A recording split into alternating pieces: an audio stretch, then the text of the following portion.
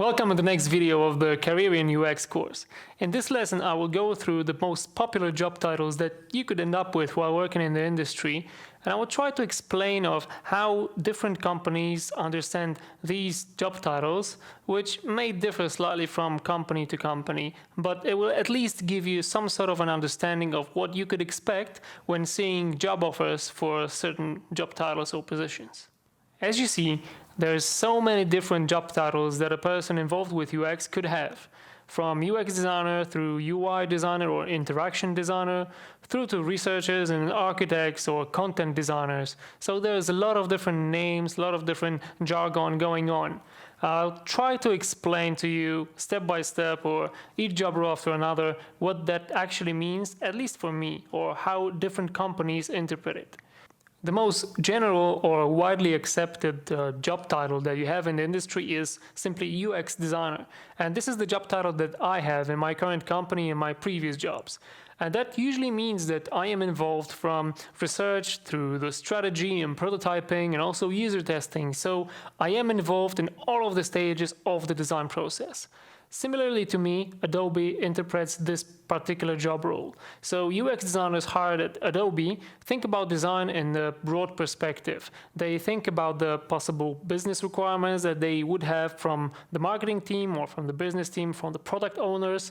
They would also care about the users that they would test the prototypes with. And obviously they would be the ones creating prototypes as well. So Adobe hires them to work on desktop softwares, but also cloud solutions. So the skill set is probably very, very broad and differs from product to product teams. Something that most UX designers would not do in the design process is UI design, which means visual design with user interfaces. So UI designers are people who work on the particular screens, interactions, managing the visual aspect of the experience across all of the screens, across all of the devices. So these are people working with color palettes, typography, layouts, everything that relates to visual design.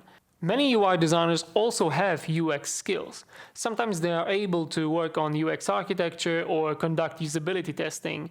And this is something that they incorporate into their daily job, which is UI design, which is visual design. Sometimes people like that have job roles which are written as UI/UX design.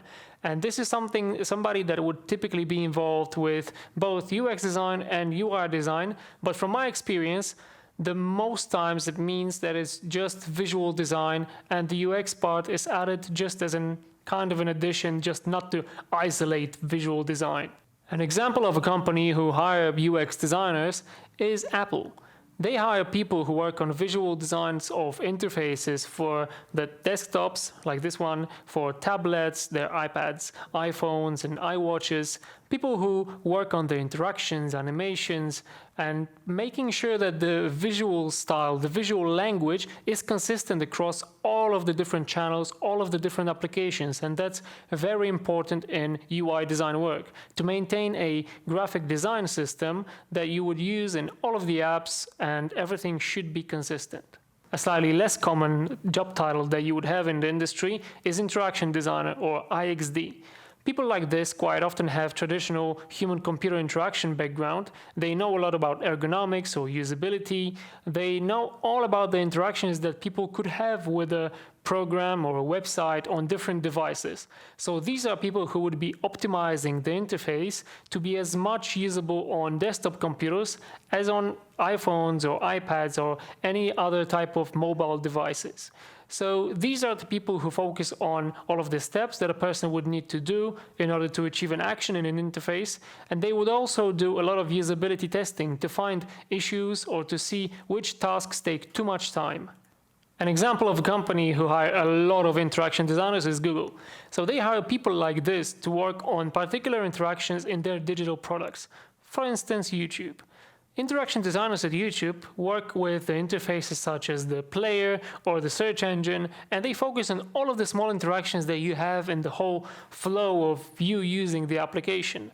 They worked so that YouTube could look the same or function the same across all of the different devices. For example, iOS phones, Android phones, iPads, smartwatches, to make sure that the experience is consistent, and no matter which device you use, you will get exactly the same user experience, so that you don't have to learn it all over again when you have a new device in your hand. As I mentioned, research is a very important part of any design process, and you have people dedicated to it. You have people whose only task is to conduct and report research. They may be called user researchers, UX researchers, or simply design researchers, depending on the scope or the focus of their work or a different company that they work in, but they usually focus on being an advocate for the users in a company, in front of the client or in front of the business stakeholders. So these are people who conduct interviews, write surveys, work with analytical data. They also conduct workshops and reports to report all the insights that they found during their research. Many design companies or design-centric companies have hired researchers to help them basically unload some of the pressure from UX designers to be able to do it all. So you would have a user researcher or a design researcher in the front of the design process, and then they would work with UX designers on the next stages of the process, so that UX researchers can focus on the research and designers could focus on design. A company that I would recommend for you to follow is IDEO. It's a world-renowned design consultancy who work with businesses all around the world, from industries such as banking or charities. And they use the ways of design research to understand what the real problems are with their clients or the client's customers. So a design researcher at IDEO would spend the first couple of weeks of a project trying to understand what the real problems are. So they would go out to the field. Let's say if we're talking about the banking industry, the design researcher would go to the bank, interview the banking workers, interview the customers, and try to find some problems that relate to the main design problem that they are tackling. So design research is a very big thing at IDEO, and quite honestly, it should be in any serious company. There's a lot of companies who have a lot of nested structures of information, and they need somebody to help them design ways of this information to be easily searched for and browsed. People like information architects help with that. For instance, at Amazon, information architects work with the categories, how the products are organized into categories and subcategories, how can you search for the information, and what information should be crucial for you to find. All this information, all this content or design is done by information architects.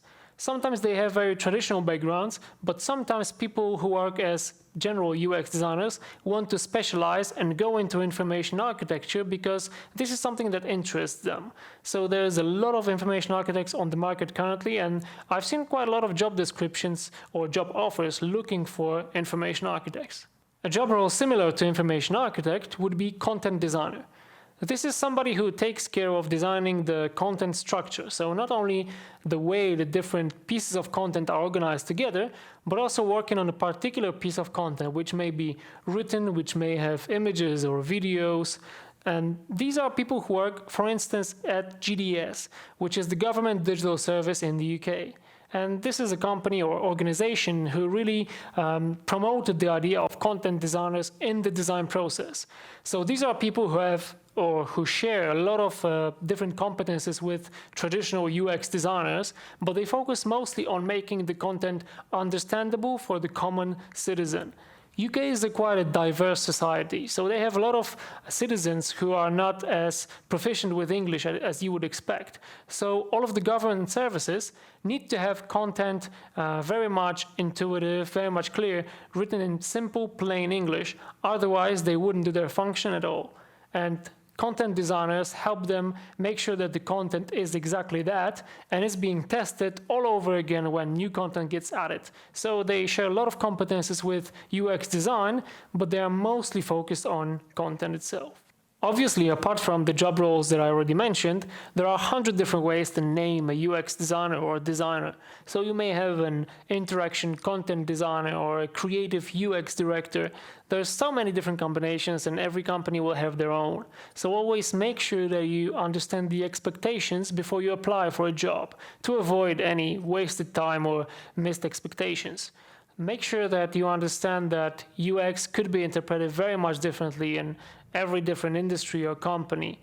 Otherwise, you might get tangled up in a work that you really wouldn't want to do. So make sure to read every job description or ask additional questions if you're ever looking for a job. Thank you for staying with me in this lesson, and I'll hopefully see you in the next ones.